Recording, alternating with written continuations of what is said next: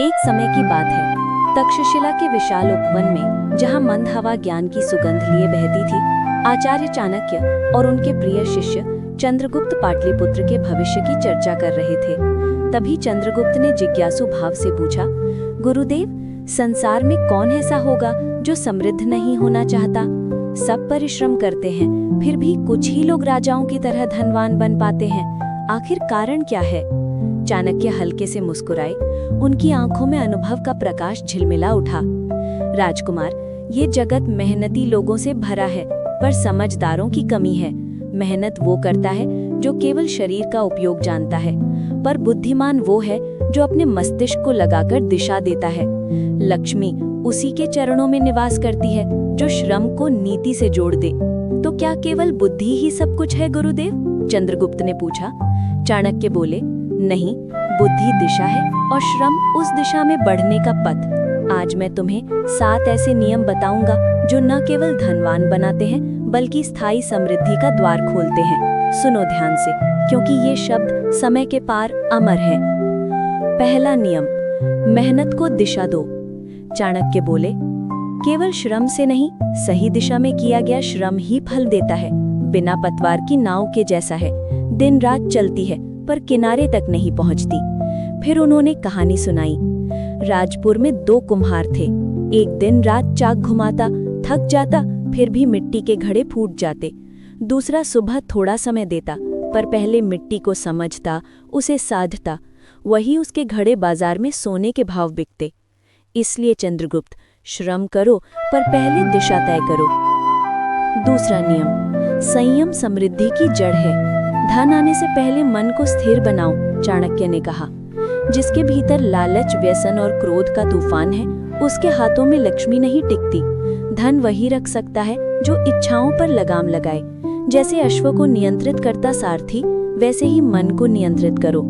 उन्होंने जोड़ा, संयम 3 प्रकार का होता है, शरीर पर, मन पर और व्यय पर। तीनों में सामंजस्य होगा तो धन स्थायी होगा। तीसरा नियम, व्यय की नीति बनाओ। धन कमाना कला है, पर खर्च करना नीति है। चाणक्य बोले, हर व्यक्ति को अपनी आय का लेखा रखना चाहिए। एक मुट्ठी में 4 दाने हों, एक आवश्यक कार्यों के लिए, एक सुख के लिए, एक बचत में और एक दान में। जो सब कुछ स्वयं पर खर्च करता है, वो धन को अपमानित करता है। धन का मूल्य उसे रोकने और नियोजित करने में है, न कि उड़ाने में। चौथा नियम, समय स्वर्ण से श्रेष्ठ है। हे चंद्रगुप्त, चाणक्य गंभीर स्वर में बोले, जो समय को व्यर्थ करता है, वो अपने भाग्य को बेच देता है। धन खोकर दोबारा पाया जा सकता है, पर समय कभी लौटता नहीं। अमीर और गरीब के बीच सबसे बड़ा अंतर उनके 24 घंटों के उपयोग में है। जो अपने हर क्षण को उद्देश्य में लगाता है, वही समृद्ध होता है। 5वां नियम, बुद्धि में निवेश करो।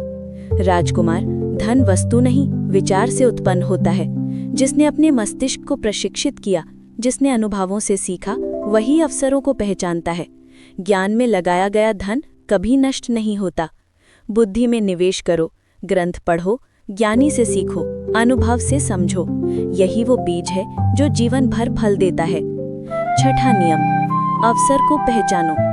अवसर स्वयं नहीं होता, उसे पहचानना पड़ता है। चाणक्य बोले, काल एक चंचल पशु है, जो सजग है वही उसे पकड़ सकता है। अवसर देखना, समझना और तुरंत निर्णय लेना, यही समृद्धि की कुंजी है। जो व्यक्ति संकोच में समय गंवाता है, वो अपने ही भाग्य के द्वार बंद कर देता है। 7वां नियम, धन की रक्षा करना सीखो। हे राजकुमार, चाणक्य ने अंतिम सूत्र बताया, धन को कमाना आसान है, पर संभालना कठिन। जैसे राजा अपनी सीमाओं की रक्षा करता है, वैसे ही धन की भी रक्षा करनी चाहिए। धन को एक स्थान पर मत रखो, उसे कई स्रोतों में बांट दो, ताकि एक की हानि से सब कुछ नष्ट न हो जाए। यही अर्थशास्त्र का सार है।